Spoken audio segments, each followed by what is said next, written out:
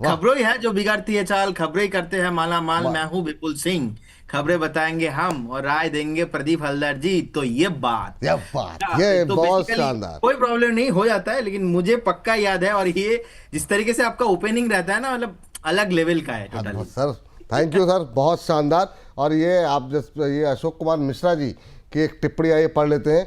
मिट्टी को जो छूकर मिट्टी को जो छूकर सोना बना दे, कमज़ोर को भी जो आगे बढ़ना सिखा दे, किस्मत की लकीरें बदल जाती हैं तब जब विपुल सर जैसा गुरु रास्ता दिखा दे। ओहो हो, भावुक कर दिया मिश्रा जी आपने। और मिश्रा जी का सवाल एनसीसी पर है, लेकिन एनसीसी पे बिल्कुल इस खबरों के खेल में डिस्कस कर लेते हैं सर, डिस्कस करेंगे। लेकिन पहले जो है आज की पहली खबर लेके आ जाते हैं, वो है आरवीएनएल रेलवे काउंटर्स को लेकर के हमने पहले ही बात की थी। यहाँ पर कुछ एक खबर आई है, ईस्ट कोस्ट रेलवे के प्रोजेक्ट के लिए ये सबसे छोटी बोली इन्होंने लगाई है। तो L1 बिडर जो है इन्हें घोषित किया गया है। इस रेलवे प्रोजेक्ट की वैल्यू करीब करीब 164 करोड़ रुपए के आसपास है। और आज जो है इसी खबर के चलते यहाँ पर जो है थोड़ी तेज़ी भी देखने को मिल रही है। ये पूरा प्रोजेक्ट जो है वो रेलवे इंफ्रास्ट्रक्चर से जुड़ा हुआ बताया जा रहा है। सर, आरवीएनएल क्या टिप्पणी रहेगी आपकी? बिल्कुल जी, मुझे लगता है कि कहीं ना कहीं देखिए न्यूज तो पॉजिटिव है, लेकिन जो प्राइस एक्शन अभी चल रहा है, कहीं ना कहीं न्यूज आने से पहले मार्केट ने डिस्काउंट कर दिया है। इसी वजह से लास्ट हम देखेंगे 1 डेढ़ साल टाइम हो गया है, कहीं ना कहीं particular stock and overall sector नहीं परफॉर्म कर रहा है। तो जो नहीं परफॉर्म कर रहा है, नहीं परफॉर्म करने दीजिए, कोई प्रॉब्लम नहीं है, हम बाय नहीं करेंगे। जिनके पास बाई चांस स्टॉक होल्डिंग में है, आप कहीं ना कहीं बेचने का प्लान कीजिए। मुझे लगता है कि शॉर्ट टाइम में पॉसिबल होगा। एक फाइनल स्टॉप लॉस आपको 242 के लेवल पे मेंटेन करना है। जिस दिन ये स्टॉक शॉर्ट टाइम में ही, अगर हम नेक्स्ट 15-20 दिन का भी बात करते हैं, तो 295 एंड अबव अगर सस्टेन हो जाता है, तब जाके एक मूव आपको 350 तक मोटा मोटा शॉर्ट टाइम में मिलेंगे। लेकिन बिफोर दैट कुछ भी पॉसिबल नहीं लग रहा है जी। इस बीच जो है सर, जो मिश्रा जी का सवाल ले ले, वरना कहीं दिमाग से निकल गया तो कहेंगे कि शेयर पढ़ लिया फ्री में और फिर सवाल भी नहीं लिया। एनसीसी के 200 शेयर हैं इनके पास 328 के भाव पर। अभी क्या करना चाहिए सर एनसीसी को लेकर के? एनसीसी के कुछ दिन पहले रिजल्ट्स भी आए थे और रिजल्ट ठीक रहे थे मेरे ख्याल से। अभी 147-48 के आसपास चल रहा है। आपकी टिप्पणी क्या रहेगी सर एनसीसी को लेकर के? 328 पे लिया हुआ, नहीं नहीं सॉरी, 328 पे लिया है। कब लिया था सर आपने? मिश्रा जी को काफ़ी लॉस हो रहा है। नहीं नहीं, अब देखिए, मैं उनको नेगेटिव व्यू देना नहीं चाहता, लेकिन क्या करें, मैं भी मजबूर हूँ चार्ट देख के। क्योंकि चार्ट में जिस तरीके से 350 से टॉप बनने के बाद जो नीचे आया, कैलकुलेट करके देख रहा था 63% ऑल टाइम लो लगा था। अब वो अभी ऑलमोस्ट 55% अभी भी ऑल टाइम टॉप से नीचे है। यहाँ से और 10% रिकवरी हो सकता है, लेकिन क्या ही होगा, आपको 10-15% अगर रिकवरी होता है, उतना स्ट्रेंथ नहीं है पर्टिकुलर चार्ट में, स्टॉक में। अभी भी मुझे लगता है कि थोड़ा मुश्किल है। बेच देना, इमोशन को एक बार छोड़ देना, न्यू कहीं पे एंट्री लेना आपके लिए बेटर हो सकता है, लेकिन वो डिसीजन आपका रहेगा। मेरे हिसाब से चार्ट में जब तक ऑलमोस्ट 168 एंड 170 का जो जोन है ब्रेक नहीं होता है, 170 क्रॉस होकर सस्टेन होने पे आपको 209 तक मूव आते हुए दिखाई देंगे। फिर से 209 क्रॉस होने पे आपको 238 आपको आते हुए दिखाई देंगे। लेकिन एक जमाना था जिस जमाने में एक तरफा रैली हम लोगों ने देखा है, और वो बेसिकली हम लोगों ने ऑलमोस्ट 2004 से जो 2008-9 तक नॉन स्टॉप रैली, और उसके बाद कभी स्टॉक चला ही नहीं है। और उसके बाद फिर हम लोगों ने देखा है 2023 के बाद जो रैली आया, अभी तो दो दो तीन साल हो रहा है। अभी भी मेरे को लगता है 2-3 साल ऐसे ही रहेगा, कुछ चलने वाला नहीं है इधर से। तो एक बार एग्जिट होने का व्यू बनाइए काइंडली। एग्जिट होने का व्यू बनाइए यहाँ पर, अभी सर लॉस बढ़ सकता है। लेके आ जाइए अगली कंपनी जरा फटाफट और देखते हैं यहाँ पर खबर क्या है। और ये खबर हम लोग सुबह से डिस्कस भी कर रहे हैं। MTQ क्वांटम ग्रीन एनर्जी पे 26% स्टेक खरीद का ऐलान जो है वोडाफोन आइडिया की तरफ से यहाँ पर किया गया है। आज सुबह से मोमेंटम बना हुआ है। आपको बता दें पावर परचेज और शेयर परचेज एग्रीमेंट भी यहाँ पर किया गया है MTK क्वांटम के साथ। इस डील के तहत करीब 4.33 करोड़ रुपए का निवेश जो है किया जाएगा। और आज अच्छी मजबूती है। सर, अब दो तरह के सवाल हैं। एक तो बहुत लोग नया खरीदना चाह रहे हैं, दूसरे लोग ये जानना चाह रहे हैं जिन्होंने नीचे लिया है कि यहाँ पे बिकवाली कहाँ की जाए। दोनों तरह के लोगों के लिए, क्योंकि बहुत लोग पहली बार सुन रहे होंगे, कई सारे नए दर्शक जुड़ते हैं। अभी वोडाफोन आइडिया को लेकर के आपका व्यू पॉइंट है क्या? जी बिल्कुल जी, देखिए मुझे लगता है कि जिस तरीके का सिचुएशंस हम लोगों ने एंड डेवलपमेंट हम लोगों ने over the past few weeks देखा है, मुझे लगता है कि अभी ये रैली कंटिन्यू होना चाहिए, लेकिन पास्ट में हम लोगों ने बहुत बार देखा है कि जब भी कोई भी रैली आता है, रैली कहीं ना कहीं सस्टेन नहीं हो पाता है। लेकिन इस बार लगता है कि एक बार 13 के ऊपर जब तक सस्टेन हो रहा है, ये रैली कंटिन्यू होने का पॉसिबिलिटीज है। शॉर्ट टाइम में मुझे लगता है कि एक बार 16 पॉसिबल है, 16 रुपया के आसपास का टारगेट टेक्निकली ये निकल के आ रहा है, क्योंकि 16 के आसपास का एक रेसिस्टेंस है। तो आप देखेंगे 15.80 से 16 के आसपास का फिर से एक प्रॉफिट बुकिंग हैवी होते हुए दिखाई देंगे। बिफोर दैट मुझे लगता है कि आपको एक बार बने रहना चाहिए, क्योंकि बहुत ही तगड़ा सपोर्ट लिया है और बेस फॉर्मेशन अच्छा बना है। अभी गवर्नमेंट का भी सपोर्ट है यहाँ पे। तो मैं समझ पा रहा हूँ कि अगर किसी के पोर्टफोलियो में है, आपको 11:30 के आसपास का अभी एक ट्रेलिंग स्टॉप लॉस मेंटेन करना चाहिए। अगर आप फ्रेश भी आज बाय कर रहे हो तो 11:30 विल बी 11.50 विल बी और fix and final stop loss, वो स्टॉप लॉस मेंटेन करेंगे। बाई चांस कभी भी कुछ भी रीजन की वजह से हिट होता है, एग्जिट हो जाएंगे।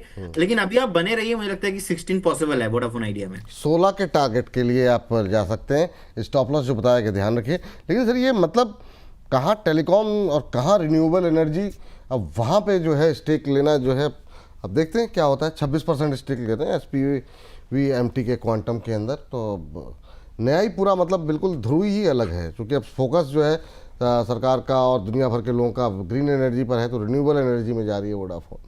क्या ही कहा जाए। चलिए ठीक है। इस बीच सर अगली कंपनी पर जाएं।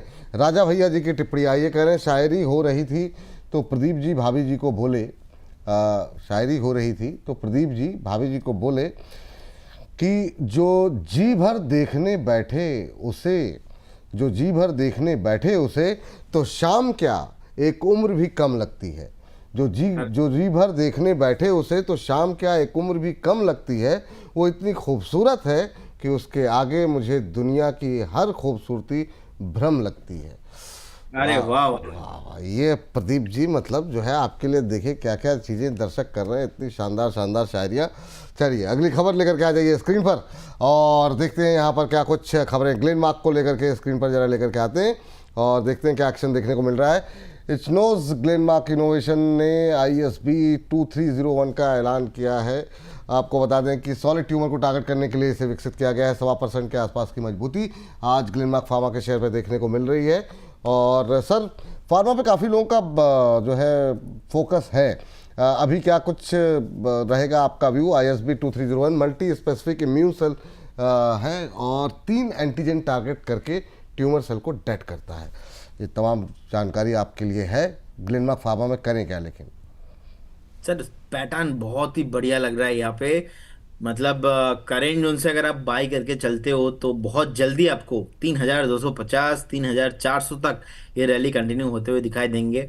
वीकली चार्ट अच्छा है और बीच बीच में थोड़ा बहुत प्रॉफिट बुकिंग भी आता रहता है। फंडामेंटल स्ट्रांग है, टेक्निकल स्ट्रांग है, डेली वीकली मंथली तीनों टाइम फ्रेम में बढ़िया चल रहा है। कुछ भी शिकायत नहीं है सर। यहाँ पे होल्ड कीजिए, बाय कीजिए, बने रहिए। आप यहाँ पे 2150 का एक स्टॉप लॉस मेंटेन कीजिए, बिल्कुल बने रहिए स्टॉक के साथ। चलिए अब लेकर के आते हैं JP पावर। JP पावर पे अभी हम लोगों ने बात भी की और खबर हमने कहा कि यहाँ पे बताएंगे। बड़ी खबर है ये, अदानी पावर ने JP एसोसिएट्स के साथ डेफिनेटिव एग्रीमेंट्स किया है, आपको बता दें। और आज अच्छा मोमेंटम भी है। JP पावर में 24% हिस्सेदारी के लिए ये एग्रीमेंट किया गया है और इसी खबर के चलते आज सुबह से मोमेंटम है। हालांकि ऊपरी स्तर पर टिक नहीं पा रहा है, ये थोड़ी सी चिंता का विषय है। यूपी में 180 मेगावाट थर्मल पावर प्लांट खरीदने के लिए भी एग्रीमेंट किया गया है।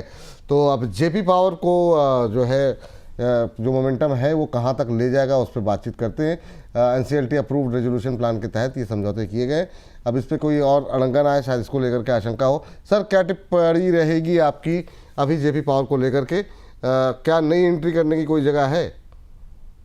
देखिए विपुल जी, मुझे लगता है कि अभी करेंट जोन से कहीं ना कहीं रिस्क रिवॉर्ड रेशियो फेवरेबल नहीं हो रहा है। मेरा दो कॉन्सेप्ट एकदम क्लियर है, साइकोलॉजिकल है। देखिए JP पावर एक ऐसा कंपनी है, बहुत टाइम से हमने देखा है कि अंडर परफॉर्मिंग स्टॉक है। रिसेंटली ओपनली लड़ाई करते हुए हम लोगों ने देखा है, अदानी ग्रुप वर्सेस वेदांता, दोनों ने ही बीट लगाया था। मैटर हाई कोर्ट में गया, अभी अदानी को लेकर न्यूज भी आ रहा है कहीं ना कहीं। कहीं ना कहीं मुझे लगता है कि अगर कल को अदानी या तो वेदांता ग्रुप जो भी इसको परचेस करे या तो आगे एज ए मैनेजमेंट के तौर पे देखे, कहीं ना कहीं कंपनी का यहाँ से डाउनफॉल बहुत लिमिटेड है। मुझे लगता है कि यहाँ से बहुत सही हो जाएगा कंपनी को। कहीं ना कहीं मुझे लगता है कि एक बाउंस बैक इजीली पॉसिबल है। लेकिन मैं बाय करने में इंटरेस्टेड रहूंगा या तो 13-14 के आसपास अदरवाइज मैं मोमेंटम मैं ट्रेड करूंगा एक बार 25 के ऊपर। 25 के ऊपर फ्रेश बाय करेंगे, या तो एक बार 13 14 पे बाय करूंगा। तो दोनों में लॉजिक क्या है? दोनों में लॉजिक यही है कि या तो वैल्यू इन्वेस्टिंग कर रहा हूँ, या तो मोमेंटम आ रहा है मोमेंटम चेस कर रहा हूँ। और लॉजिक साइकोलॉजी यही है कि अगर दो बिलियनियर्स आके लड़ाई कर रहा है कि नहीं मुझे ग्रुप को लेना है, तो आपको और मुझे समझना बहुत इंपॉर्टेंट है कि क्या है इसके हम्म। अंदर। बहुत इंपॉर्टेंट है ये।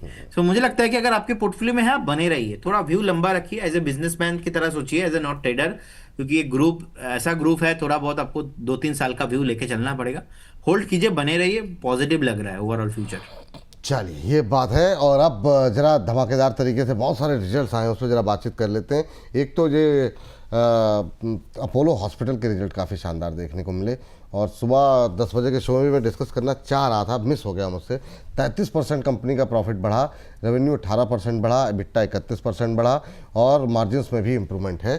सर अपोलो हॉस्पिटल पे ज़रा एक नज़र डालिए, और ये क्या इस थीम पर बहुत लोग बुलिश हो रहे हैं कि जिस तरह की सिचुएशन देखने को मिल रही है, इस तरह की थीम्स अभी पे फोकस करना चाहिए। आप कितने सहमत हैं, और अपोलो हॉस्पिटल कैसा लग रहा है करंट लेवल पे आपको? सर म्यूट हैं आप। जी, देखिए वीकली चार्ट में एक फ्लैग फॉर्मेशन मैं देख पा रहा हूँ, और कंटिन्यूअसली हायर हाई। होल्ड कीजिए, बने रहिए। 9250 9400 तक शॉर्ट टाइम में आपको नेक्स्ट 3 से 4 महीना मैक्सिमम आपको आते हुए दिखाई देंगे। और ओवरऑल देखेंगे मार्केट में सेलिंग आ रहा है, लेकिन पर्टिकुलर इंडस्ट्री में भर भर के पैसा लोग अभी इन्वेस्ट कर रहा है। सो कहीं ना कहीं जो स्ट्रेंथ है, मुझे लगता है कि विपुल जी कंटिन्यू होने वाला है। आप बिल्कुल इसको होल्ड करके रखिए। 9250 एंड अबव जाने के लिए रेडी हो रहा है। करेंट जोन से 1000 पॉइंट का अपसाइड। एक स्टॉप लॉस हम मेंटेन करेंगे 7920 के आसपास का, एंड बिल्कुल बने रहेंगे। ठीक, अगली कंपनी है सर ओला। ओला में जो है आज बहुत सारे ब्रोकरेज हाउसेस की रिपोर्ट आई, निगेटिव आई। कोई 26 के टारगेट दे रहा है, कोई 33 के टारगेट दे रहा था। और कंपनी के मुनाफे पे अगर नज़र डालें तो 870 करोड़ का घाटा था, 500 करोड़ का रह गया, ये अच्छी बात है। रेवेन्यू हालांकि घटा है, वो एक कंसर्न है। एबिटा में भी अगर हम देखें तो निगेटिव 690 करोड़ से अब निगेटिव 281 करोड़ रह गया है। आज तेज़ी तो नहीं, आज प्रेशर देखने को मिल रहा है काफ़ी अच्छा खासा। अभी क्या व्यू रहेगा, लेकिन वैसा नहीं टूटा इतनी सारी निगेटिव रिपोर्ट के बावजूद। आपकी टिप्पणी क्या रहेगी ओला पे? देखिए मुझे लगता है कि कहीं ना कहीं जिस तरह का सिचुएशंस ओवर द टाइम हम लोगों ने पास्ट में देखा है, जिस तरीके से एक तरफा सेलिंग प्रेशर, और उसके बाद स्टॉक 2022 का लेवल रिविजिट होना, अगेन एक बाउंस बैक आना यहाँ से, तो शॉर्ट टर्म में जितना भागना था हो चुका है। हाँ, आई एग्री कि ईवी का फ्यूचर है। और इसमें हम अलग कंपनीज को, हम ओलेक्टा, ग्रीन टेक, हम अथर एनर्जी जैसे स्टॉक्स को प्रेफर करेंगे। लेकिन ओला को लेके मेरा भरोसा थोड़ा अभी भी नहीं है। ट्रस्ट इशू है ओला को लेके कहीं ना कहीं, क्योंकि मैनेजमेंट मुझे लगता है कि उतना स्ट्रांग नहीं है। तो अगर कल को जाके फंडामेंटल चेंजेस होता है तो will discuss, but at present currently मैं एक बार अवॉइड करना पसंद करूंगा इस, और स्पेशली इस प्राइस पे 35 36 के लेवल पे। जी जी, चलिए अगली कंपनी सर लेंसकार्ट ले लेते हैं। लेंसकार्ट के भी रिजल्ट रहे हैं। प्रॉफिट देखें तो 8% डाउन देखने को मिला है YOY बेसिस पे अगर हम बात करें। बाकी रेवेन्यू 46% की ग्रोथ, EBITDA 84% की ग्रोथ, मार्जिन्स में अगर हम देखें तो 4% की ग्रोथ देखने को मिली, 17% से बढ़कर के 21 21% कैसे देख रहे हैं सर लेंसकार्ट को? आपका व्यू क्या होगा लेंसकार्ट को लेकर के अभी? देखिए मुझे लगता है कि बने रहना चाहिए। ओवरऑल कोई भी डाउनसाइड ज़्यादा मैं नहीं देखता हूँ। डिस्क्लेमर है, हमारे स्मॉल केस मॉडल पोर्टफोलियो में भी पर्टिकुलर स्टॉक है, एंड क्लाइंटों के पोर्टफोलियो में भी हो सकता है, क्योंकि हमने बहुत लोअर लेवल से इसको कॉल भी दिया है। एंड हमारे पास नहीं है, no conflict of interest. And मुझे लगता है कि विपुल जी स्टॉक में IPO जिस टाइम पे आया था, उस टाइम पे कहीं ना कहीं अब देखेंगे अच्छा बेस फॉर्मेशन बना था। 358 का एक लो था, 358 का एक डीप लगाने के बाद जिस दिन IPO लिस्ट हुआ था, जी। उससे पहले बहुत ज़्यादा कंट्रोवर्सी हो रहा था कि लेंसकार्ट के जो फाउंडर जो शार्क टैंक पे आते, तो उनको लेके कंट्रोवर्शियल स्टोरी चल रहा था कि ओवर वैल्यूएशन है, नहीं चलेगा। तो हम लोगों ने देखा है सब कुछ दिन पहले भी कंट्रोवर्सी में फंस गया था। लेकिन कहीं ना कहीं ओवरऑल डिमांड है इंडस्ट्री पे, एंड लेंसकार्ट के कंपटीटर अभी कोई ज्यादा है नहीं लिस्टेड कंपनी।